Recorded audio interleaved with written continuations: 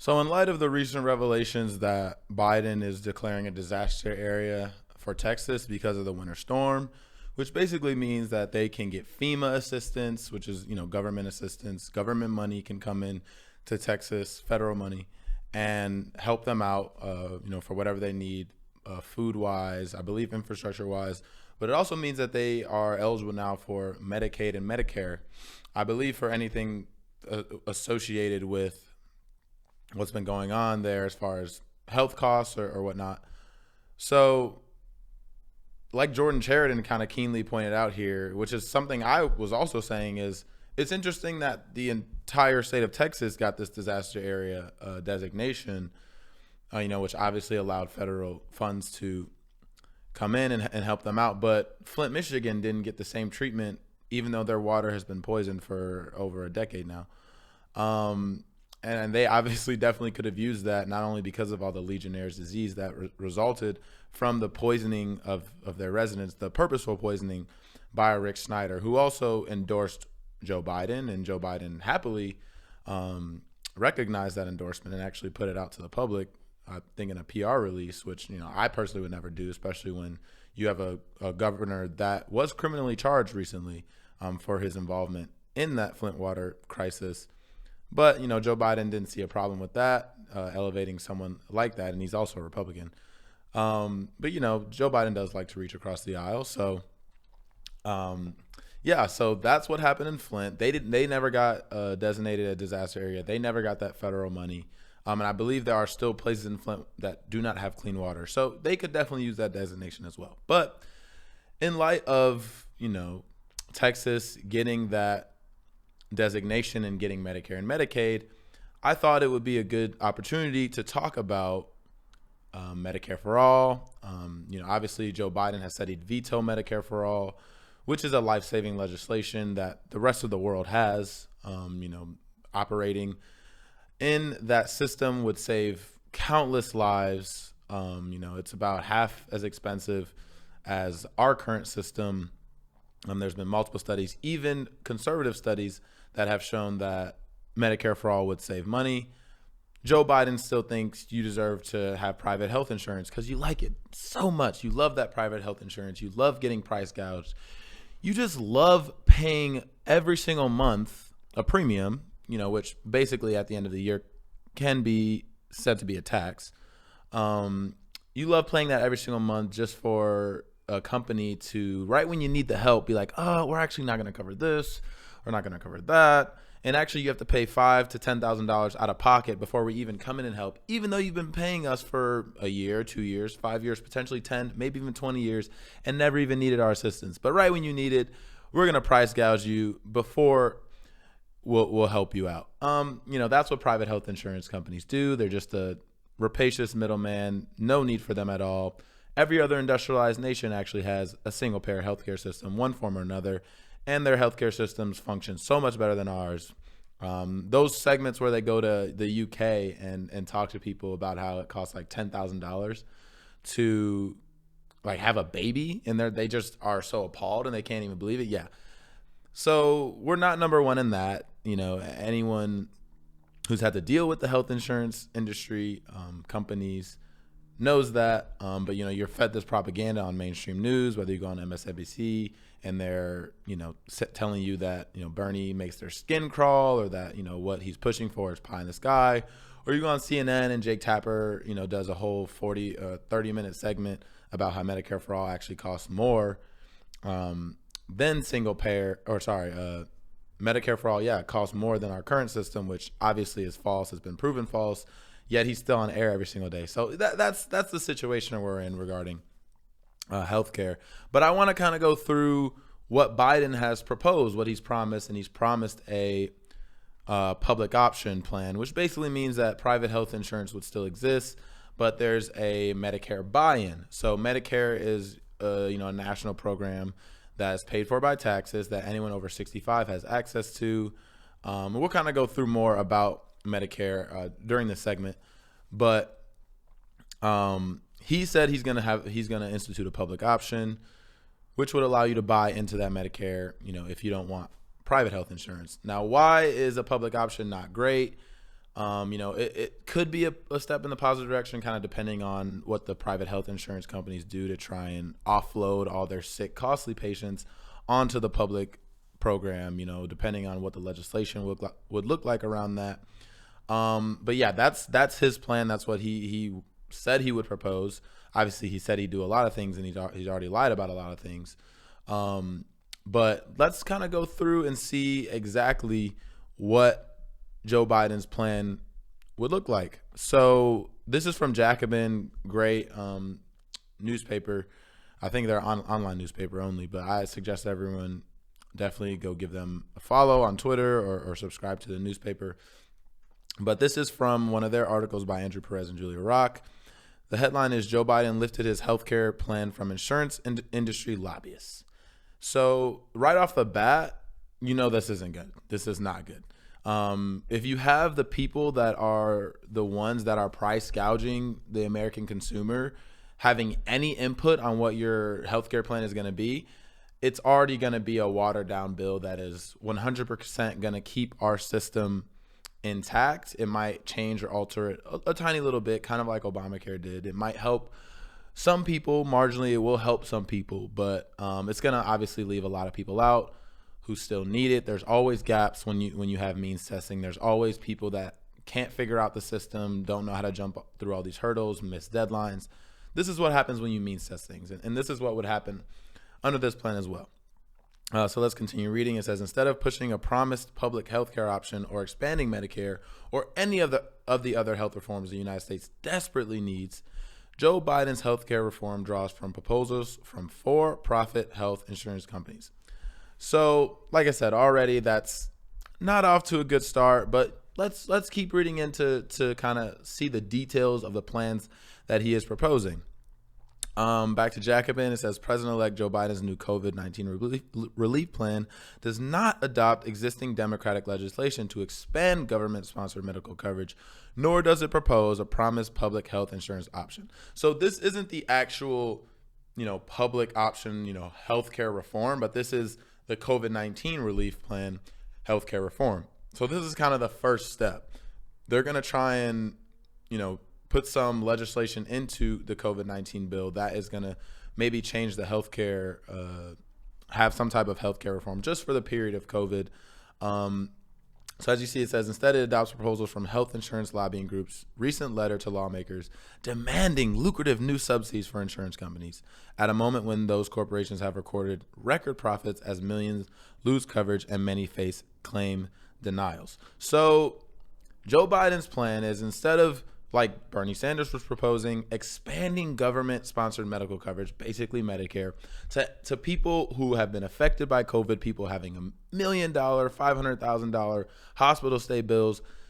The Bernie's plan would actually expand medical coverage to these people, basically introduce them to Medicare, even if they're not 65 or older, which would obviously be a great step to getting people to realize that, public healthcare, healthcare actually paid for and administered by the government, paid for through taxes, would be so much better than having, a for-profit healthcare insurance company handling, your healthcare bills and all that type of stuff. So this would obviously be a better plan, but Biden's plan, as we can see here, would instead shovel billions of dollars to private health insurers by providing subsidies for Americans to buy coverage through the Affordable Care Act, ACA marketplaces, which are far more expensive than government healthcare programs and have at times been plagued by high rates of claims denial. So that's what I was talking about earlier. You could be paying to this, insurance company, whether it's the bronze plan, which maybe covers your kidney but not your lung, or, covering, certain things and not other things, which obviously makes no sense. But, if you can't pay for it, what are you going to do? Instead of actually going with Bernie's plan, he would shovel billions of dollars to private health insurers, providing subsidies for these insurers that already will deny people's claims. Even if they've had health insurance and they need help, they'll just deny their claim and say, F off. I know you've been paying me for all this time, but, go kick rocks. And there's no government, the government's not stepping in and telling them they can't do it, so they'll do it. So this is kind of his plan. If you keep reading, those initiatives would further boost insurers skyrocketing profits, And this was recently recommended in a letter to lawmakers from America's health insurance plans and Blue Cross Blue Shield Association. So two insurance lobbying groups in Washington sent Biden this plan. He's going to incorporate their plan, not the plan that you want, 70% of Americans that want single payer Medicare for all. He's not going to incorporate that into his plan. Instead, he's going to incorporate what the lobbyists want into his plan. And I wonder exactly why he would do that. Why do you guys think he would do something like that? Why would he, instead of listening to the American people, why would he listen to these insurance lobbyists who no one knows, no one elected, no one likes?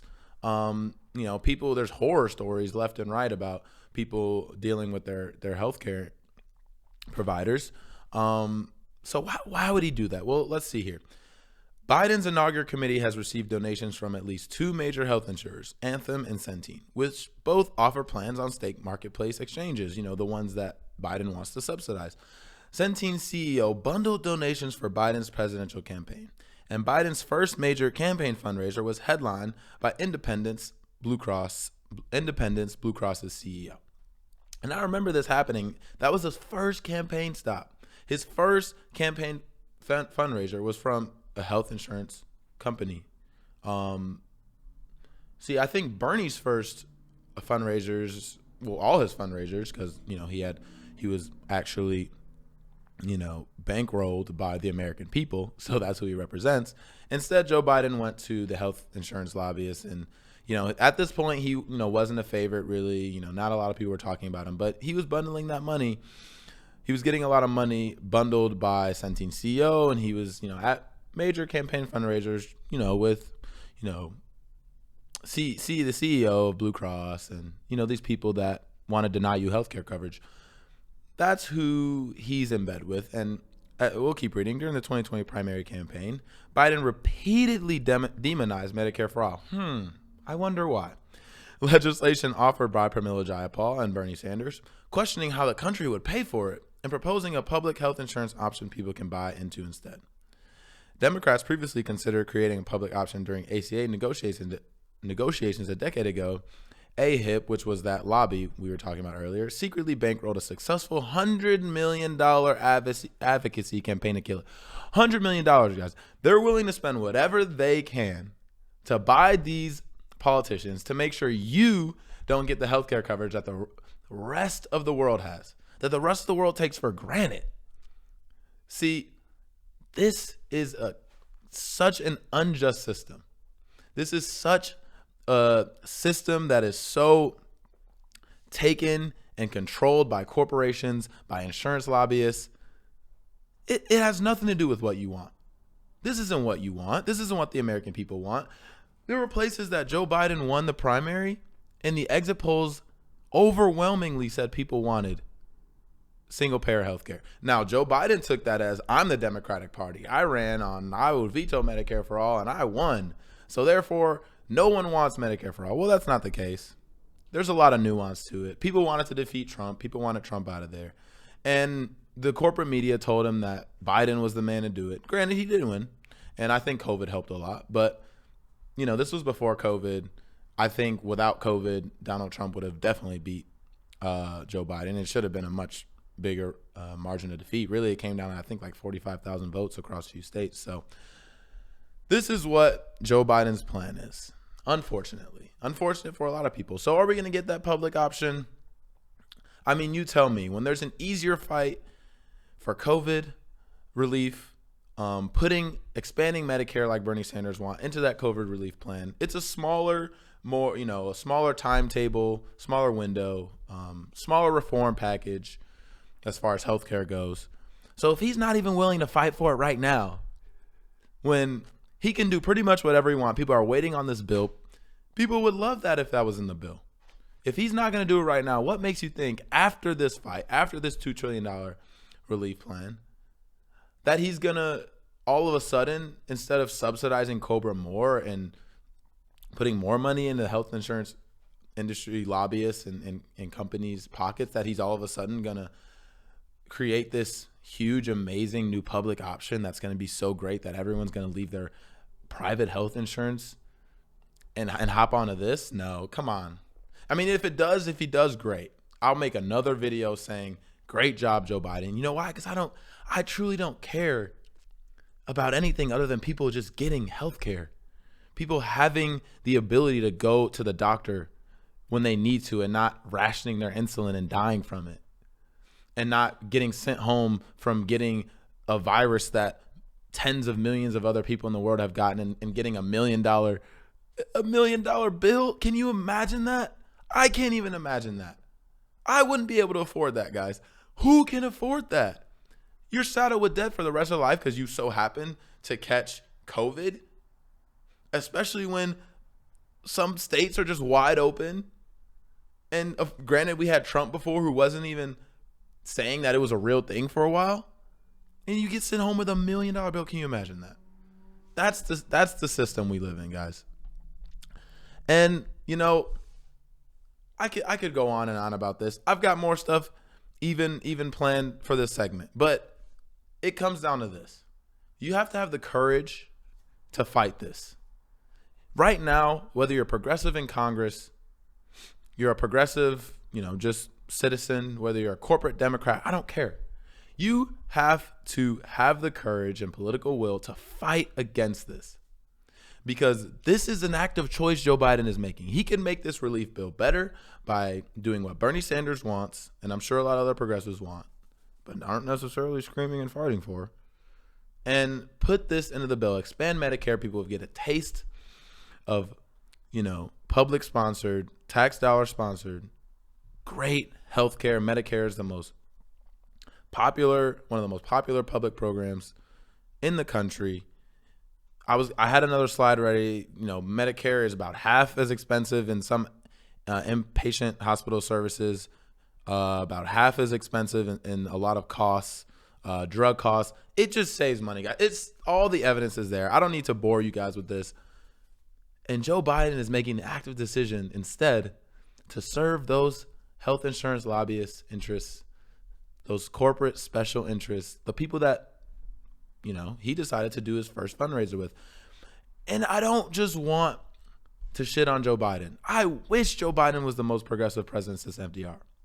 But if you take a look into Joe Biden's history, legislative history, he has always sided with corporations and the wealthy over you, the American citizen. So I'm wondering, when he's 70-something years old and he has all the bravado and, I won the primary and, I beat the socialists and I said I'd veto Medicare for all, I still won. Why in the hell would he change now without any pressure? With pressure, he might change. He might not. But why not try? Why not put all your eggs in this basket? Make sure Joe Biden puts this into his healthcare relief plan. If not now, then when? If you're not willing to take on this fight right now, then a tougher fight later, when everything is back to normal, people are going to sporting events, people are traveling, people are working, and people aren't paying as much attention. Why do you think the fight will be easier then? I'll tell you what, it won't.